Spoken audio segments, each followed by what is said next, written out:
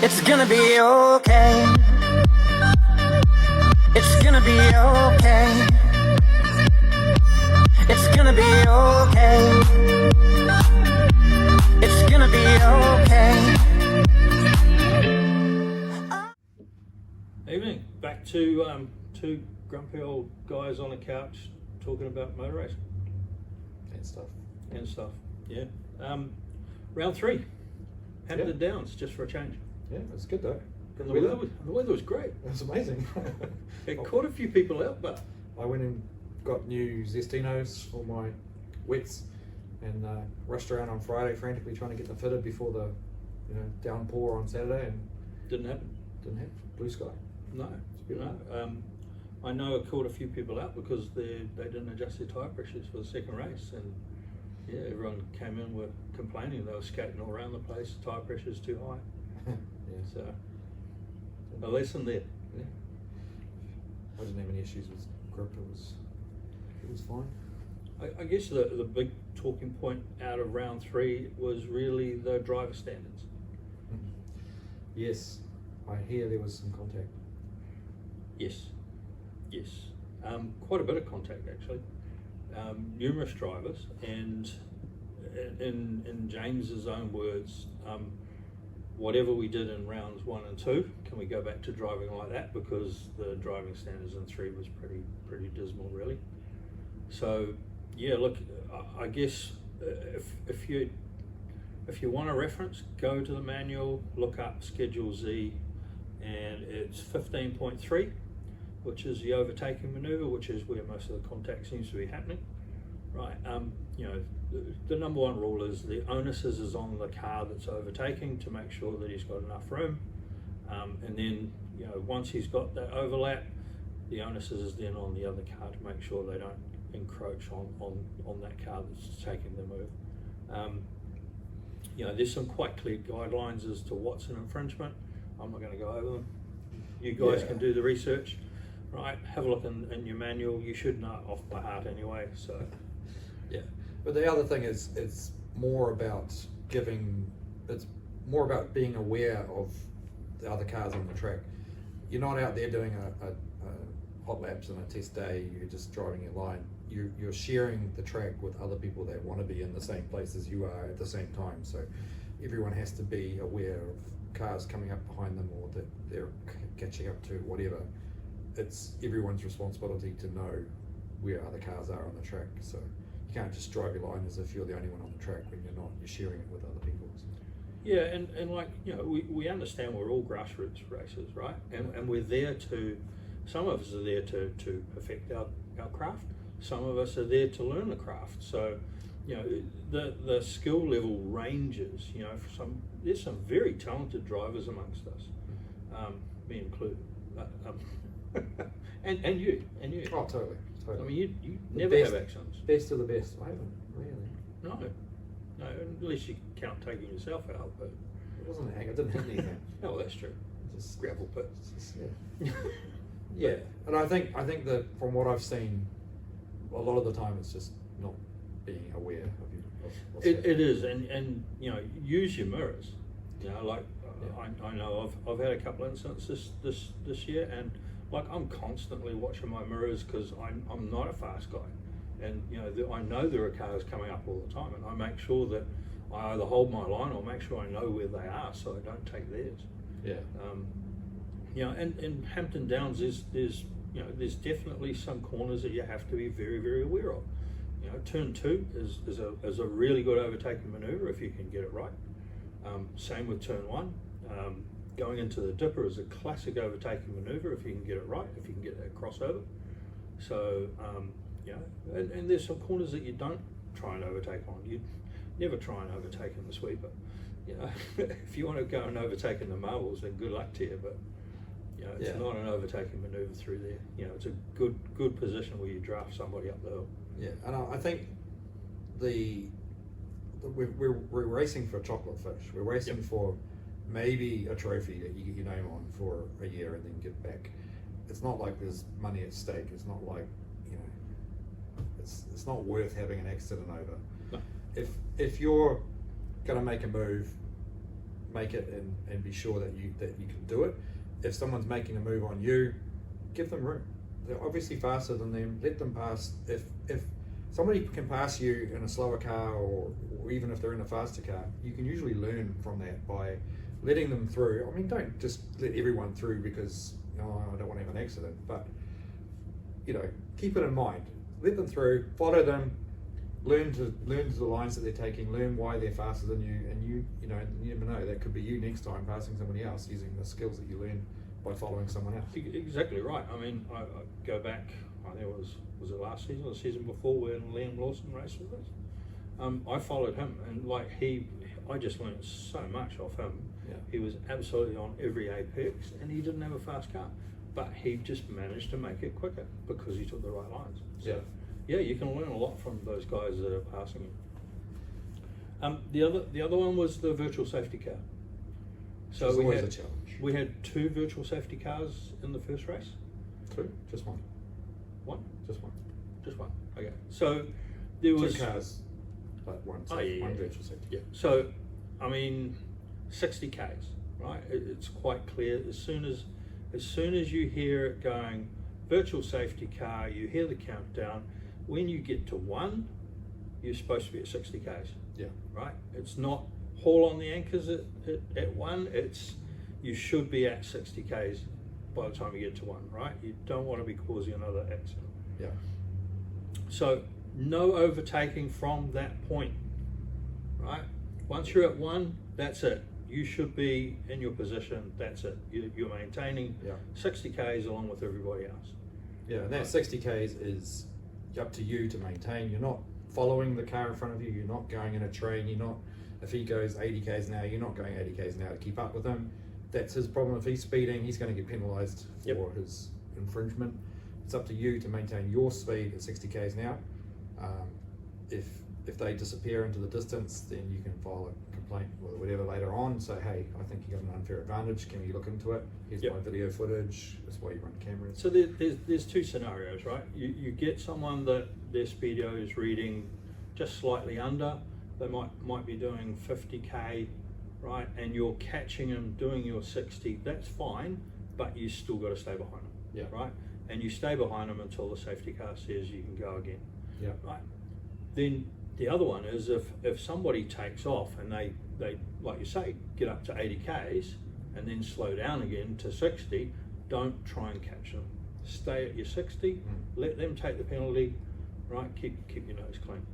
Yeah, and I find that hard to let them drive off. My subconscious is like, no, keep up. But I constantly find myself going, well, no, 60 K, slow down. 60 K, slow down. Yeah. But So, and then at the other end of the safety car, you will get them, they'll call virtual safety car is about to end. 5, 4, 3, 2, 1, hammer down, off you go. Yeah. Right? But it's on that 1. It's not before, it's on that 1. Right? Yeah. I mean, you've got to get into the right gear and get your mindset ready to go, but you're not going past 60 Ks until the 1's gone. Yeah. So I had a situation where I was following behind a couple of cars on the safety car. As soon as they told me that the virtual safety car was coming off, I took off my hazard lights. I knew that we were going to go back racing into the right gear. As soon as it was 1, pedaled down, got the drop on the 2 cars in front of me. They were still busy fiddling around with their lights and everything else. So, I'm not going to give away my trade secrets, but guys, you can save a few seconds there, right? Yeah, I mean, the virtual safety car, even though it has, issues with people, going too slow, going too fast, whatever, in the scheme of things, it's still better than waiting for a safety car to come out, everyone queuing up, losing all of the gap that you had, getting the guy behind you catching right up to you because, you're in a big train. The benefits outweigh the disadvantages and the inconvenience of it. So, I mean, I think we're really lucky that we're allowed to run it under the regulations that we're on. Yeah. And I think that people need to learn to follow the rules so that we can keep it, because it is an advantage. We get more track time. We take some, to get the cars off the track quicker. It's safer. We don't lose our positions. We don't lose our advantage or our gap. Whereas we would if we had an actual safety car. So it's worth fighting to keep. Absolutely, and you know, and the other side of it, apart from getting the safety crew out there quick, is that you can keep your car up to temperature. You can, you know, keep your tyres warm. You're not sitting on a grid waiting for something to be cleared. You're not sitting in pit. You know, so it's a good rule. We're just going to take a short break. We've got some visitors coming in, and they're busy trying to message me to get in the door. So we'll be back with you in just a minute. So we're back. I went downstairs. I'm bashing the door down. I've let them in. So we're joined with the what do I call you? The KBL brothers. You both share the same sponsor, KBL. Is that right? No, we actually had a little name for a week. We came up and it was Callum Jeff Motorsport. Right. And we've used that for a couple of years. Where does that come from? So who's Cal? So Is this over? For you guys that don't know, let me introduce you. Yes. We got young Callum Pratt over there, and we've got young Jeff Young, or Jeffrey, or what other? What do you prefer to be called? Jeff. Just Jeff, right? Let's start with Callum. Callum, tell us your background. What was your introduction to motorsport? You know, like I've known you for years, but I'll let you tell the story. So pretty much started off just before COVID with sim racing, and then during COVID built up all my years of sim racing. And even before then I was on Jeff Sim, to be fair, and just kept doing that. And then not long after COVID we bought the Levin after talking Dad through it over a few years, and then from there did test days, and then Jeff ran in season 9 for 2K, did a few rounds, and then while I was getting speed up and that, I then jumped in season 10. And I think Callum's forgotten quite a vital part of his history there. Yeah. I remember him as being this short little chubby guy About that 2 used to years. come around the track and annoy the shit out of you. If he you know? rewinds himself back to when he was 2, well, that's true, to be fair. and following NZV8s um, around the South Impact Island, racing around the South Island, doing the South Island tour with us, and then Super Tours. all everything. Yeah. So you've had a long history.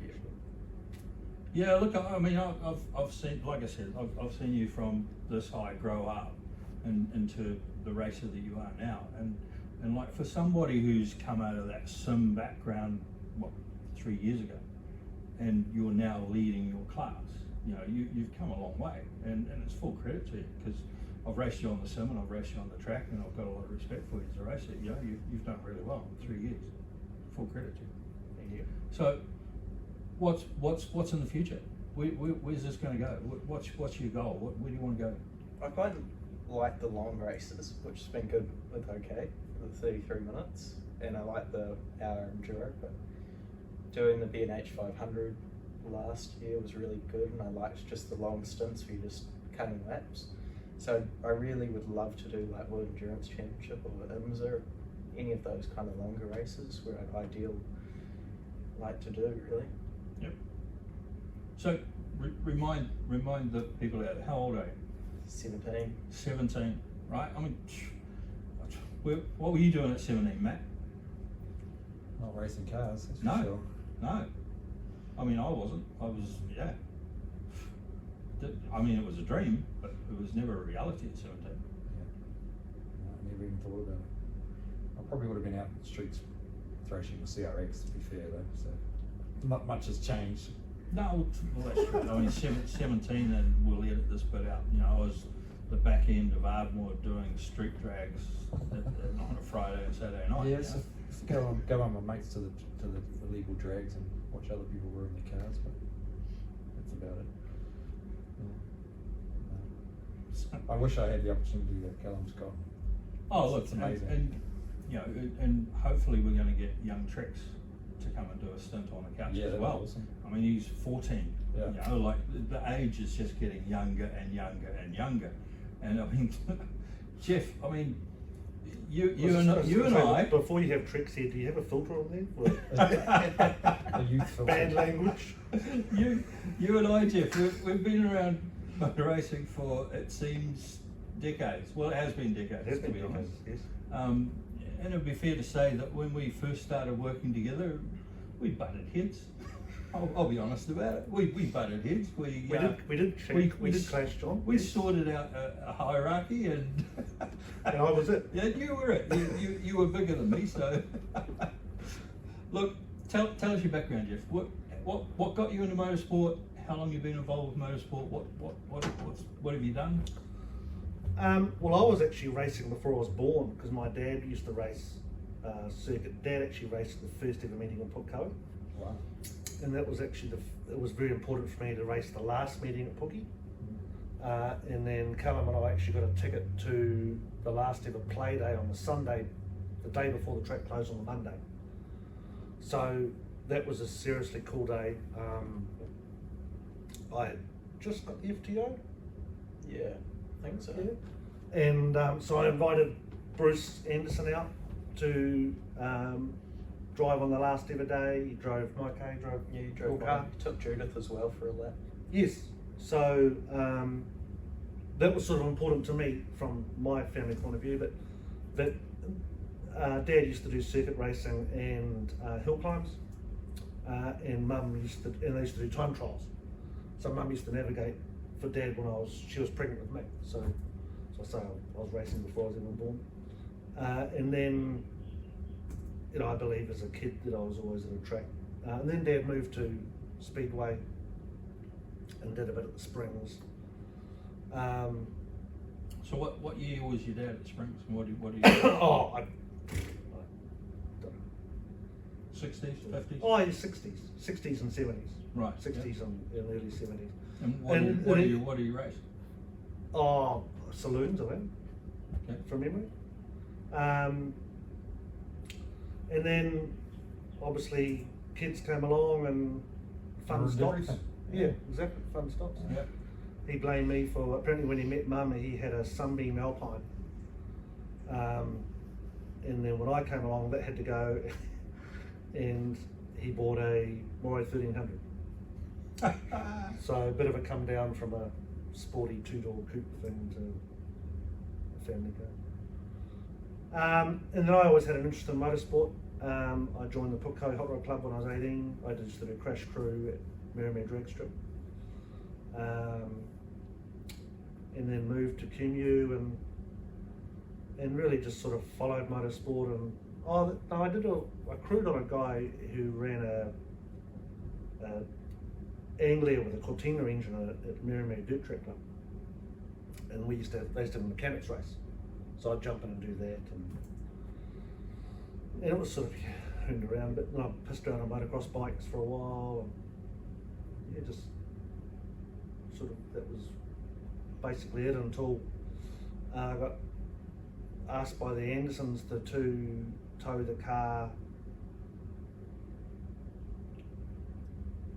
2002 to Manfield. They had just done a South Island trip and they didn't want to drive anymore. So I was asked to tow the car for one round to Manfield. And while I was there, I sort of talked to Bruce and said, can I do this again? And here we are 3 years later. Yeah. Yeah. So still, whenever they race, we race. And It's been a great run, to be honest. It was a great team. Always the stuff, the places where you dream of going to, like four runs at Bathurst. Yep. Ran Eastern Creek twice. Yep. 2009, 2012. Just stuff you dream of, just as a spectator. To actually go and race at these places is just fantastic. And then the highlight is racing OK Cup. And I honestly, Matthew, it pretty much is, And if I say race two on Saturday, the scrap that I had with Jason Payne for, Yeah. I don't know, you were commentating. It felt like 5 hours, but it was just the coolest scrap. Look, and I had the luxury of sitting up in the commentary box. Unfortunately, I couldn't race, but watching your level of commitment come from when I first watched you commentating in Taupo to now, your skill level has just increased so much, and and I talked to Marcus about it on the weekend as well. Marcus's car is his golden ornament. That's what he calls it, right? And he took that big leap where everyone gets to where they go, it's actually a race car, and I'm going to race it. And you've got to that stage now where it's like, I don't care if it gets a little dent, right? I'm committed to the corner. Nobody's going to take it away from me. And I saw that with you and Jason. You were just so committed into swap places. It was great. It was good racing. It was a good scrap. It was a good scrap. Good racing. And Jason's a good competitor. He's a nice, clean racer too. He doesn't. Yeah. And I went and saw him after the race and introduced myself, and he was, and apparently he'd just been telling his other guys that are around him what this cool scrap he's had with his bloody yellow thing. And no, it was a different. Yeah, it is cool. Yeah. It is seriously cool. So, and you know, as Callum said, you were started off buying him the live-in, and it was really just going to sit in the shed for a year while I taught him how to drive, and then my skills from him. And then his dad says, well, why don't you race it? And I'm like, and he was like, no, come on, let's race it. So went out and snagged a win on debut. You did. I think you're probably the only person that's ever done that in 2K history and in OK Cup. Yeah. They've gone out first race. Second race. Well, second race. Second race. Right, but because Michael and I started on the front right. Yeah. Your first meeting and you snagged a win. Snagged an overall win. Yeah. So what you're saying is you sandbag race 1, so you get the pole on race 2, so you can take the win. A win's a win, man. Yeah. I copped the start up dramatically. I was watching the lights. Oh, that was a flag drop. Yeah. I think everyone's done that at some point. The best bit was I was on the radio, and the call was we did like the opposite. So if he was in first, we actually say he was in last. So when he would come over the radio, what position am I? I kept going, you P1, you P1, you P1, and he's thinking he's last. Yeah, He's yeah. like, how am I last already? I I started couldn't work it out. I'm like, how am I going this bad? And then he says, no, you're actually P1. Ooh, shit. Awesome. So, no, it was cool. The whole 2K OK Cup thing's been very, very good. You know, and a credit to you guys for carrying it on in Brighton. And James and Warren. Yeah. For carrying it on, because I think it's a fantastic series. It's a fantastic series for young fellas to learn to race in, you know, and old fellas to live out their youth. Yeah. Live out their dreams. Belated youth. Exactly. Yeah. But to learn how to pass and be passed. Yeah. Two things that a lot of other series don't have, you know. You know, Tony Anderson's done a lot of racing, and he's just fizzing about it, because he's the passing. It's just. Yeah, well, the reverse grid race gives you the opportunity, as a slow car or as a fast car, to learn the techniques required, because the whole grid is basically switching places over the course of the race. Yeah. It's a good opportunity to learn some racecraft and, absolutely, and awareness and safety skills and whatever. Yes. Yeah. Exactly right. Exactly right. So. I have to agree, race 2 of the last round. That was a good race. Epic. Me and Callum had some battles, but yeah, youth and talent went out in the end. So. Full respect. It was still good fun. It was awesome. It was That's great. because they haven't dropped yet. Eh? As soon as they drop, it changes. I think we covered it last time. He doesn't have to pay to fix the car. I was just going to say the same. I was just going to say Whatever. exactly the same thing. It's right around He doesn't the give a corner. shit. Dad'll fix it. Yeah. So- Money so grows on trees, right? If we look down your sponsors, Callum, we've got KBL, we've got Mum, we've got Dad. In that order? Candia. Candia. We right? City Auto Group. You're right.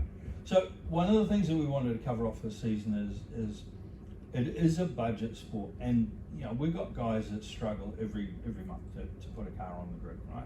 For lots of different reasons. And it brings me to the point, and Jeff, you're really, really good at it, is going and attracting sponsors, talking to people, and you know, how do you approach it? How do you target someone? How do you approach them? I know you've got some novel ideas. You don't have to give away all your secrets, right? But yeah. Well, a lot of it is having a relationship. If you've got a relationship with someone to start with, that obviously helps. But I know when Pine Pack were running NZV8s, and Andrew and I would go out and you know, and it was actually easier to talk to someone you didn't know. Yep. Because you didn't have the, it was Less awkward, maybe. yeah, it was a little bit, yeah. Sort of like asking And- someone to borrow some money. So, yeah, Yeah. yeah, and usually 8 out of 10 times would be told no. yeah. You know, you can't give up, and you just got to keep on trying. So I mean, Callum and I are pretty lucky where most of the names on our cars are people that I've organised over the last couple of years, and I've got heaps of space still left on my car if you. I so feel just inclined. saying, yeah, just saying. I know about you. I'm thinking, James McCoubrey. He needs something on the side of that Polestar, right? I kind of like it. Just Apart being from white. dents. Yeah, everyone needs money. Everyone needs when it a bit of comes, help. when it comes to They- racing, they- that's for sure. they do. It's not a cheap sport, even if you're in the No, cheapest it's not. class. And a lot of the with our two cars, I've sort of told them the money goes to Callum, and then I've, like KBL contracting, so it's Kevin Brasher. This year he painted the FTO. Yep. Now if I'd taken it to a panel beater, that would have been $4,500 exercise. So, you know, you think out the side of the square a little bit. Don't just go and ask for money. Yep. Something that they can do for you that's going to help you Yeah, along for the sure. way.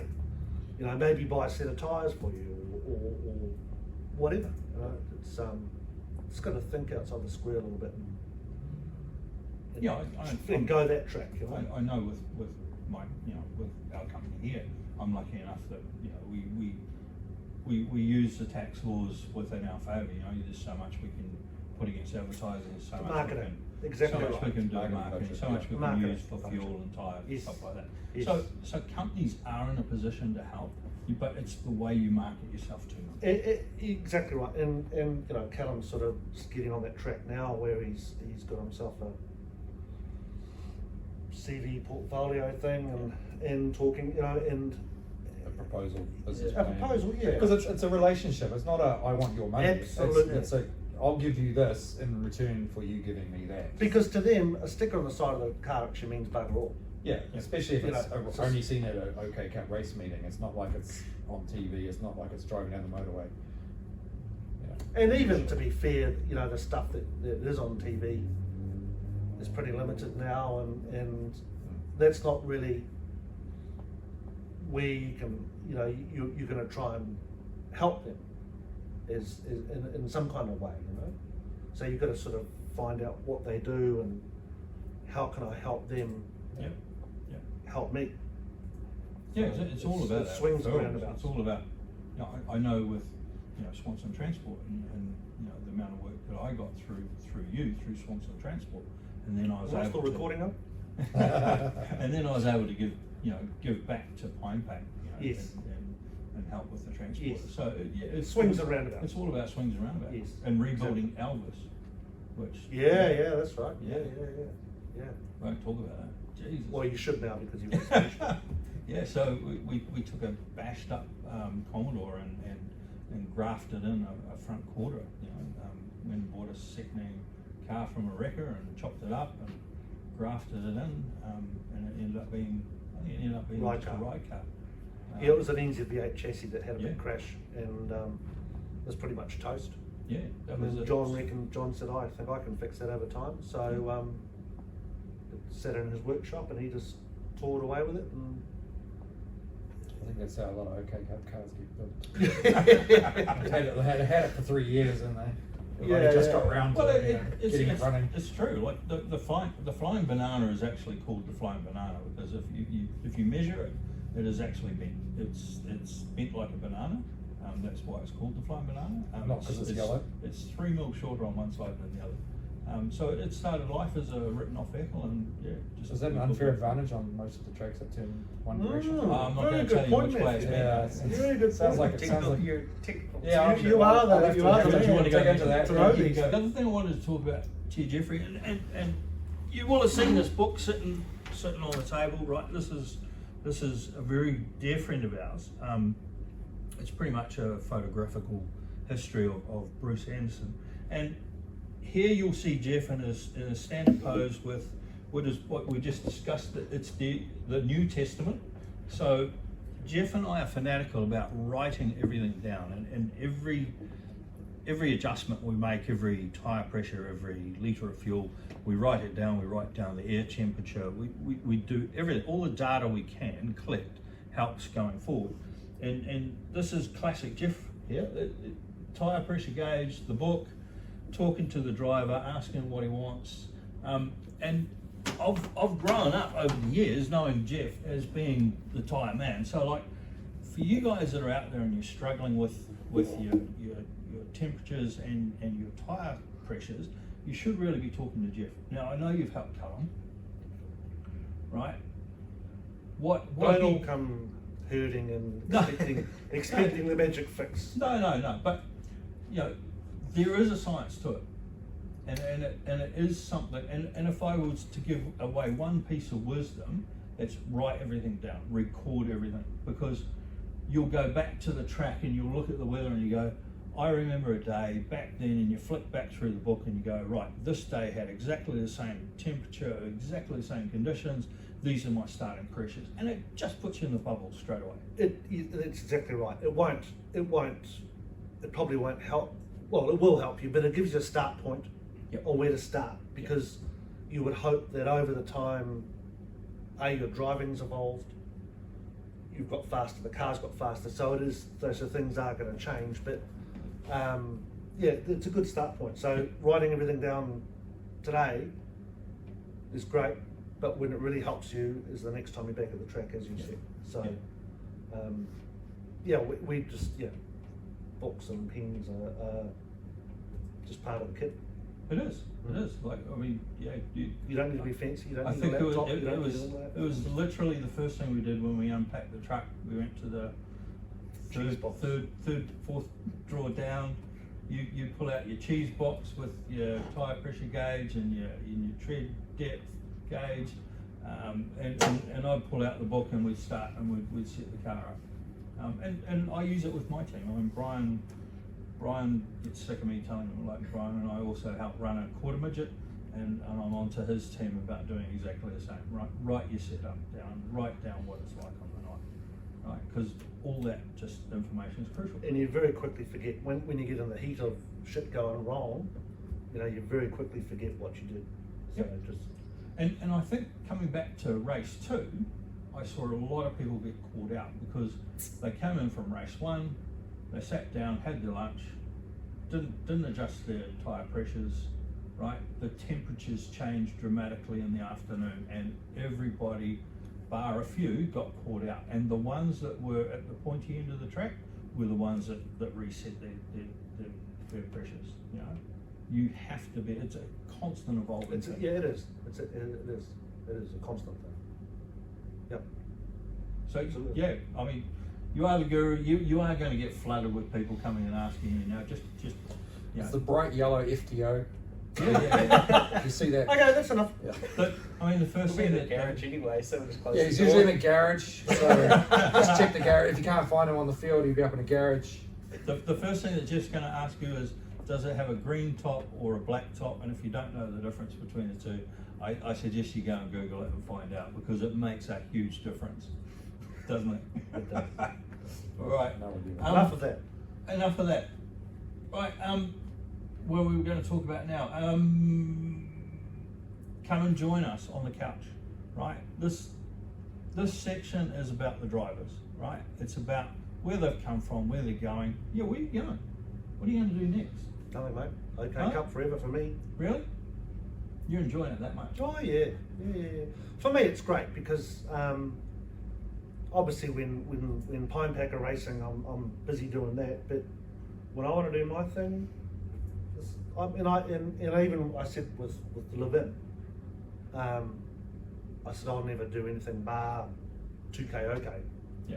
So myself, because it suits me down the ground. It's half a season out of a set of tyres and half a season out of a set of brake pads, and it's the cost is minimal. And you get the most track time. Absolutely. And the most close battles. Absolutely. Good, All of that. good people and compared to other classes that I've been involved with. Absolutely, you do. Yeah. Look, we've been fortunate enough to have Bruce, Andrew, Now Tony, Nathan, all driven our cars, and you know they love it. Tony's like, to get Tony out of that car now and let Trix drive, it's going to be a bit of a mission, I reckon. Well, they're gonna be buying another car. Oh, yeah, Tony reckons it's the best fun he's had. Yeah. He says it's great, I can pass people, the people pass me. It's not about budget, it's actually about just going out and having some fun. Yep. Right?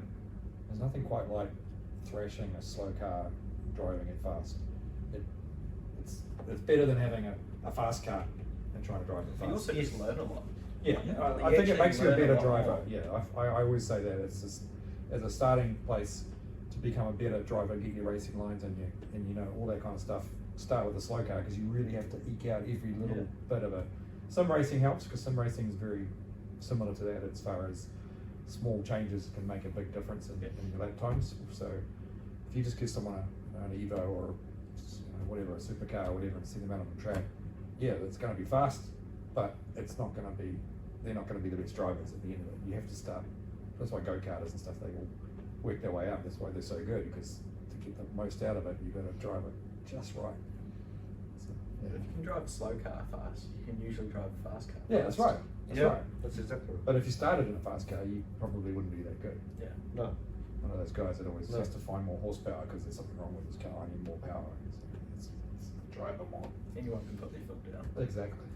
Yep. Yeah. I totally agree with that. Yeah. So I guess we better thank our sponsors and mention them. So yeah, we're here at Anglo again hosting it. So Anglo Engineering, we sponsor Class A. Yeah, I should really know this stuff. That's a yellow class, just like the cars. And we got Futura Trailers.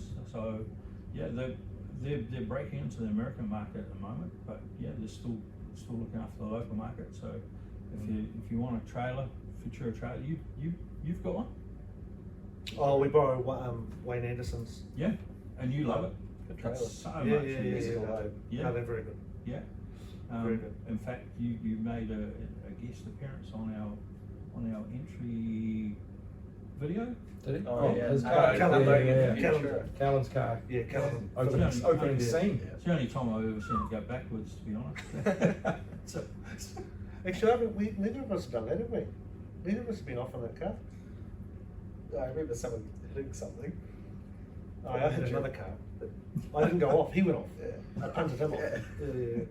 then we've got V Racer. So for those that still haven't caught up on what V Racer is a app for logging data out of your car, which goes up into a cloud, which means you can share it with other racers. You can draw down other people that are using the app as well. You can compare your times, Yeah, your that's it. splits, and everything else. Yeah, so that's A Warren's. lap timing app and Yep. a training app. It's used for helping you improve your lap times. Yeah, so Sharing your results it'll with other teach you people. your optimum lap. It'll show you where you're losing places, where you're gaining places. Yep. So Do Warren. you think more time than places? Losing places. So Warren's developing that. Get on with that. You can find him on Facebook. 24 Red Racing, great sponsor. They've been around for a while now. You know, Chris O'Driscoll, he's just phenomenal. Like I think in the last podcast I said, Mike ordered a pair of gloves and he had them the next day. You know, Yep. I use most of his gear now. He's good. I use his radio set. Yeah, he's got some great gear. Even other stuff, and the Levin's got an oil cooler Yep. in it from Chris and Steering wheel. steering. There's You've got a quick release. There's a lot of there's a lot of stuff that it's a very wide range of stuff that Chris has got. Yeah, He yeah. does- And he it's, does it's very well. always competitive price. It's always Absolutely. like, I mean, I'm a little bit cheap, but I always go compare what. What do you mean a little bit? A little You're bit lot cheap. A You're little lot. bit cheap. You're a lot. And yeah, he's always the best value for the quality products. It's still, you know, Yeah. certified SFI or whatever FIA. It's all good stuff. Yep. And it's always. And it's a family business. I mean, Yeah. I know when he's delivered, we were doing a steering conversion and putting a quick release in Mike's car, and we had the wrong hub, and he sent his mum out and swapped it over the next day. That's a great. Did she swap it over? Yeah, she's pretty good like that. Yeah. Pack and save. Yeah. The, Do they sell bigger shirts? no, Oh. unfortunately, Lance doesn't. Lance, you should really get into clothing, mate. But yeah, I'm pretty sure he's getting the pack and save. Give us our barbecue, our drinks. Kiwi Well Drillers. Yeah. They're our drink sponsor. Zestino tires. Well, I mean, you're the Zestino rep now. The surely. wet master. The wet master. You can tire in the wet. They are a great Very tire. good and tire. oil. Well, you're like 2 seconds a lap 2 or 3 faster seconds, than the next person. Yeah. Look, if people aren't ringing Zestino and just getting a set, just to have a wet set, Mm. then I you're spoke to crazy. Brian about it, and he said he thinks a couple of people bought it a few sets after. Yeah. Well, I just ordered a set last week from Jared, so because it reminded me, remember that play day we did at Pookie? Yep.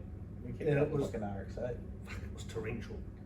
It was torrential rain. There was a river running across turn 1, and I had Callum in the passenger seat. We sort of, It's like your second ever time driving. and we were going, like the more you got to trust the grip, we're going quicker and quicker and quicker, until the only time I may have uttered a word was when we hit the river going across turn 1, and the thing just went like this. Yeah. But we weren't dicking around. We probably doing 140, 145 into it, and but just amazing tyres. And even on the dry, I ran them on the dry, in that season I drove the Levin. You know, and just as I said, I've just ordered on a set for the FTO. Yep. And I've already said to Jared, I'm going to buy at least one set to share between the 2 cars.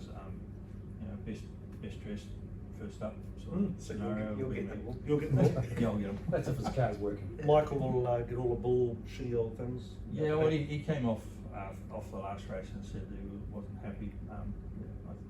More to do with the pressures than anything else, but we were one of those people that didn't alter. Ah, okay. I should know. You should know. Right. You should know. Endless brakes. I've got to put on a plate for them. Their brakes very are good phenomenal. brakes. They are great brakes.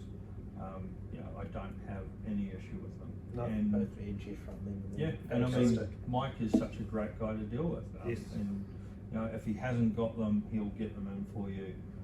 He'll ship them in. I order them within a day. They're sitting in my store. So yeah, he's great.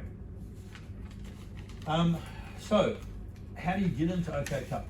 Obviously, you can go and buy a car the same as what we've all done, and or built one up from scratch. I know, Jeff, where did you buy yours? You grabbed yours out of the Hawke's Bay, was it? No, it was in Wanganui. And the last 2 meetings, 2 meetings ago, I had a father and son come up to me, and they had owned the FTO. They had bought it off Pete Coleman, and they had owned it, and they were oohing and ahhing and saying what a cool car it was, blah blah blah blah. And then on Sunday, Pete Coleman came and said, so he's the guy who built the car in 2014. Brought it as a road car and turned it into what it is today, and it's I think it's easier to go and buy one Yep. Yeah. If you can find them. if you can find it. A lot more Yeah. affordable. I'd say. It is. Yeah, but, Yeah, but if you have to build one, you've got to build one. So, and Shaw's fabrication, knock you out a cage, and it's certainly the way. It's a very good motorsport. Yeah, look, I mean, I've built 2 MX-5s now. I mean, the first one, I can't even tell you how much it cost me. I know it was a lot. It was a lot more than what I thought it was going to be. The second car didn't cost me as much because I learned a lot from that first build. But yeah, look, you can go out and build one, easy enough. Like you say, Shaw's are pretty good fabricators and they'll help you out. There's plenty of other people, like, go and talk to Tony Anderson from ABA. I was just going to say Tony and Wayne Anderson, ABA Motorsport. They're good cage builders. Yeah, and there's plenty of people within the series that will help you out. I heard today there is a car up for sale, and if you want a red hot bargain and you want a car that goes fast, there's a BMW on the market, and I know the price, and it's pretty reasonably priced, and it would put you at the pointy end of the field. So if you want to know about that car, then hit us up. message me. My phone number's on the OK Cup page. You can call me direct and I'll put you in touch with that person. But it is a super quick BMW, and it is, yeah, it's only just gone on the market today, and if you want it, be in quick. No, you can't have it, it's too big. It won't fit in the school car park for a start. He's got enough crap lying around. There are some cars for lease, so there's some lease options coming up. There's some immediate lease options on probably 3 cars that I know of. I know going into next season there'll be some more cars coming up for lease, so it's another option to get into the sport cheap.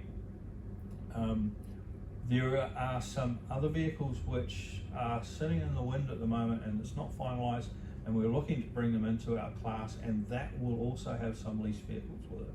So a lot more opportunity for other drivers to come back in the field, and that will also bring in some new talent into our racing ranks. Do you as mean well. lease per round or lease per season? Lease per round or season, so you can do either. And it's quite effective. It's cost effective doing it that way. You know, if you haven't got thousands of dollars to go and build a car or to go and buy one, leasing and getting your feet wet and just seeing what you can come and do is a good way to come into the sport. Yep. And it would be fair to say, look, I looked at leasing SsangYong Ute when they were a massive field, and they were asking $3,500 per round. And I just went, well, it's just too much for me at that stage. Well, I know those figures come down to around about $1,000 now, $1,500 a round, right? So it is getting relatively cheaper to lease rather than go and buy one. So it's a good way to test it out. So there's no excuses to come racing with us, right? Right? Come talk to us, come join up, come race OK. Some final words from you guys. What's the next best thing that you want to see happen with the class? What are your ideas? What would you I like us to think do? just more cars on the track. You know, the more competitors we can get would yeah, just I mean, last round was the best round this year, and the numbers helped that a lot. Yep. It is growing, so hopefully it continues to be better. there's a lot of cars that used to run, and you know, maybe some of them aren't as legal for the OK as they were for 2K, but I'm sure it's not going to take too much to change them and get them legal, and I think that's something that's good that you guys have really clamped down on is the legality of some of the cars that were running around, you know, because some of them, I remember being in the Levin and getting passed by a Levin, and I'm like, my foot is through the floor, and the speedo's saying 170 k's an hour, and he's just gone. Yeah, but they say the same thing about Callum now. I know Yeah. someone does. Hey,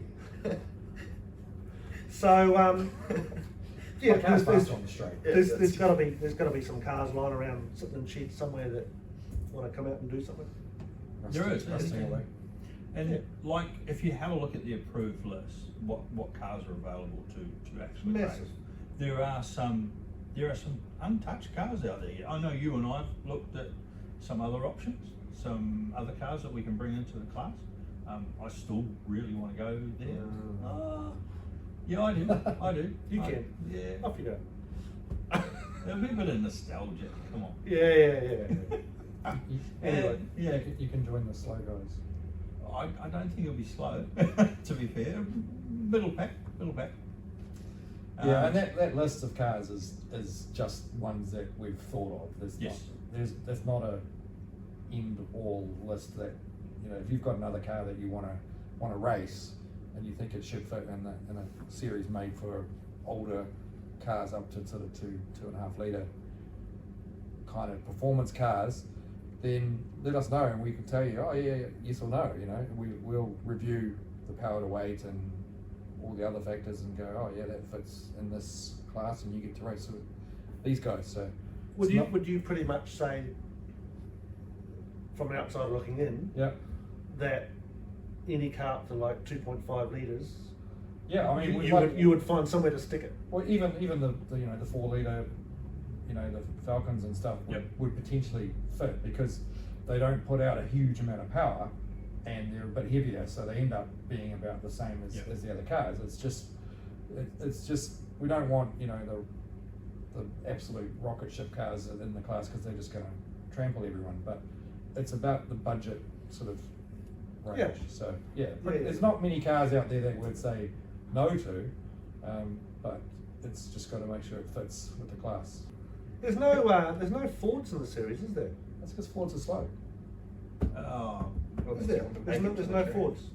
We had a laser. We had a Yeah, laser, there was that a brown, laser. the orange, so not orange, the goldy bronze one that ran for a few seasons, and there was the greeny one that Jordan had before he got his fast car. actually, we shouldn't say that too loud, because I know where there's a Ford that has made some inquiries to come into the. Your shitbox. No, Oh. no, I sold that. Oh.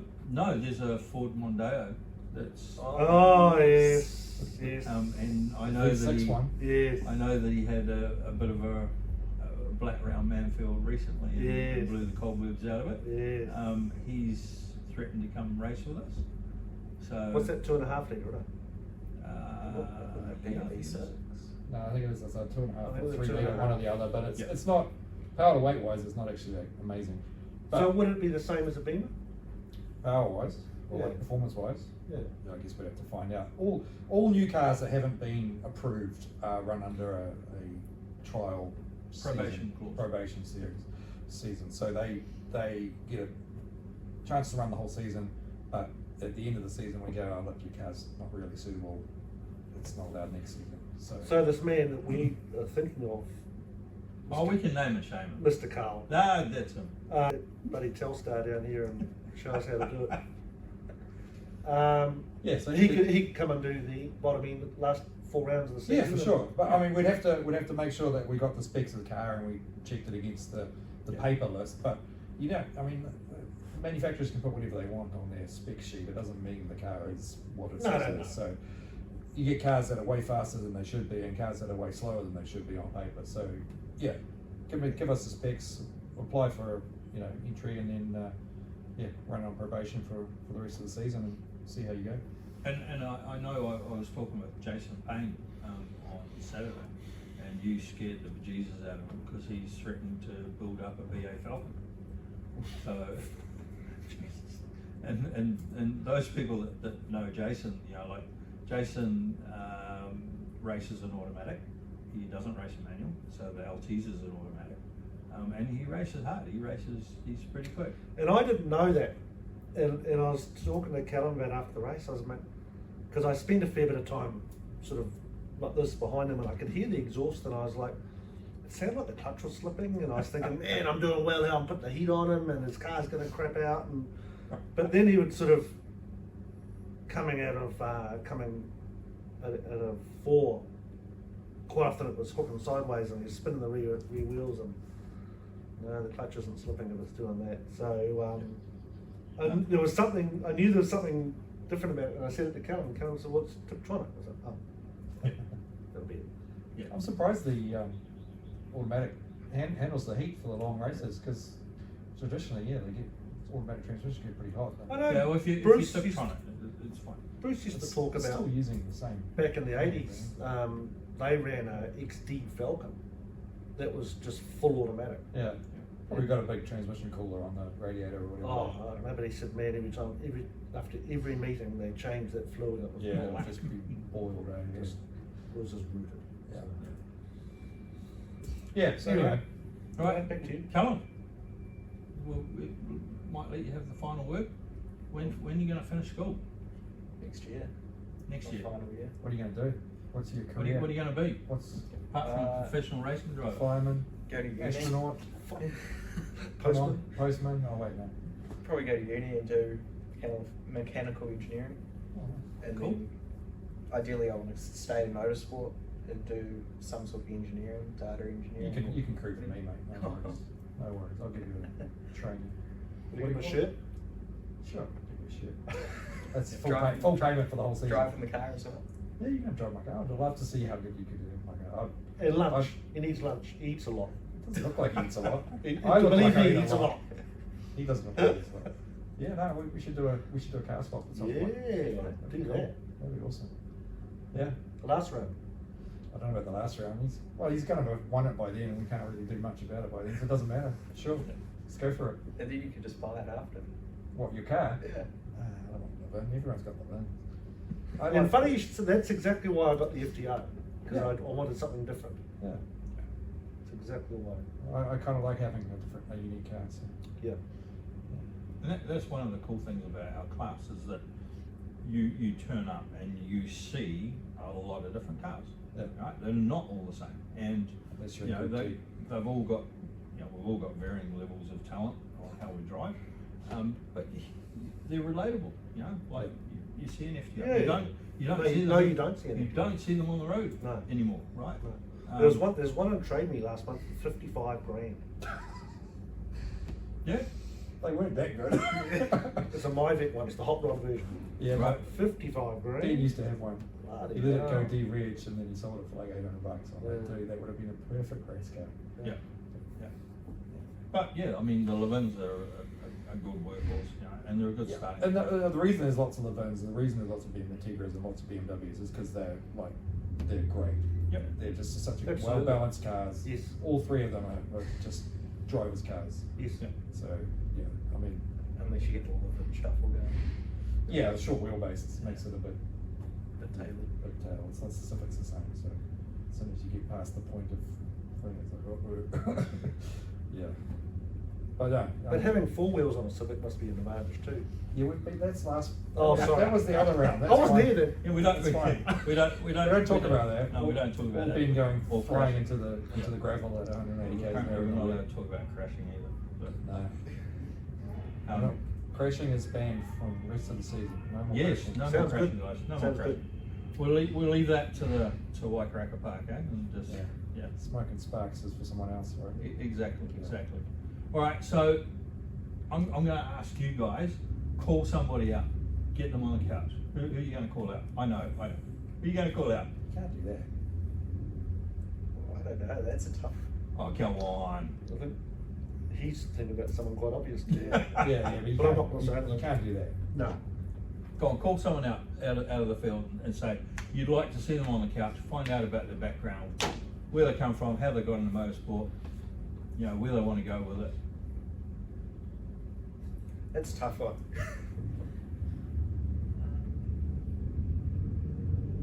Well, I had a good scrap with Jason Payne, so what about Jason? Jason? Well, I mean, he's got to come from Cambridge, but I'm pretty Oh, sure. okay. Sorry. Pretty sure we can arrange something. I don't know. Tony Anderson. Yeah, I mean, Tony would be a great guy to get him. I mean, he raced everything, Yes. Yes. and he knows how to build cars. He might actually teach us something, or not. I remember when he was just a builder. Yeah, well, there you go. Yeah, exactly. He used to build houses, Yeah, and then he went and built race cars. Yeah. But yeah, look, I mean, yeah, there's some other people. You know, I want the spot to be about the drivers. I want to know where you come from, what you've done, how you got here, why you're here, why you still want to stay racing with us. I've thought of a driver. Okay. Ed Fee. Oh, Yeah. yeah. Ed Fee, yeah. There you go. All right, Ed, come on, bring your ass down here, sit on the couch. Next round, like we've only got, what have we got, 4 rounds left? Yeah. Right, so next round's 25th, 26th, 26th. 6th. Yeah, Sunday. Sunday. Yeah, Sunday. HRC round, it's our round, it's the OK Cup round.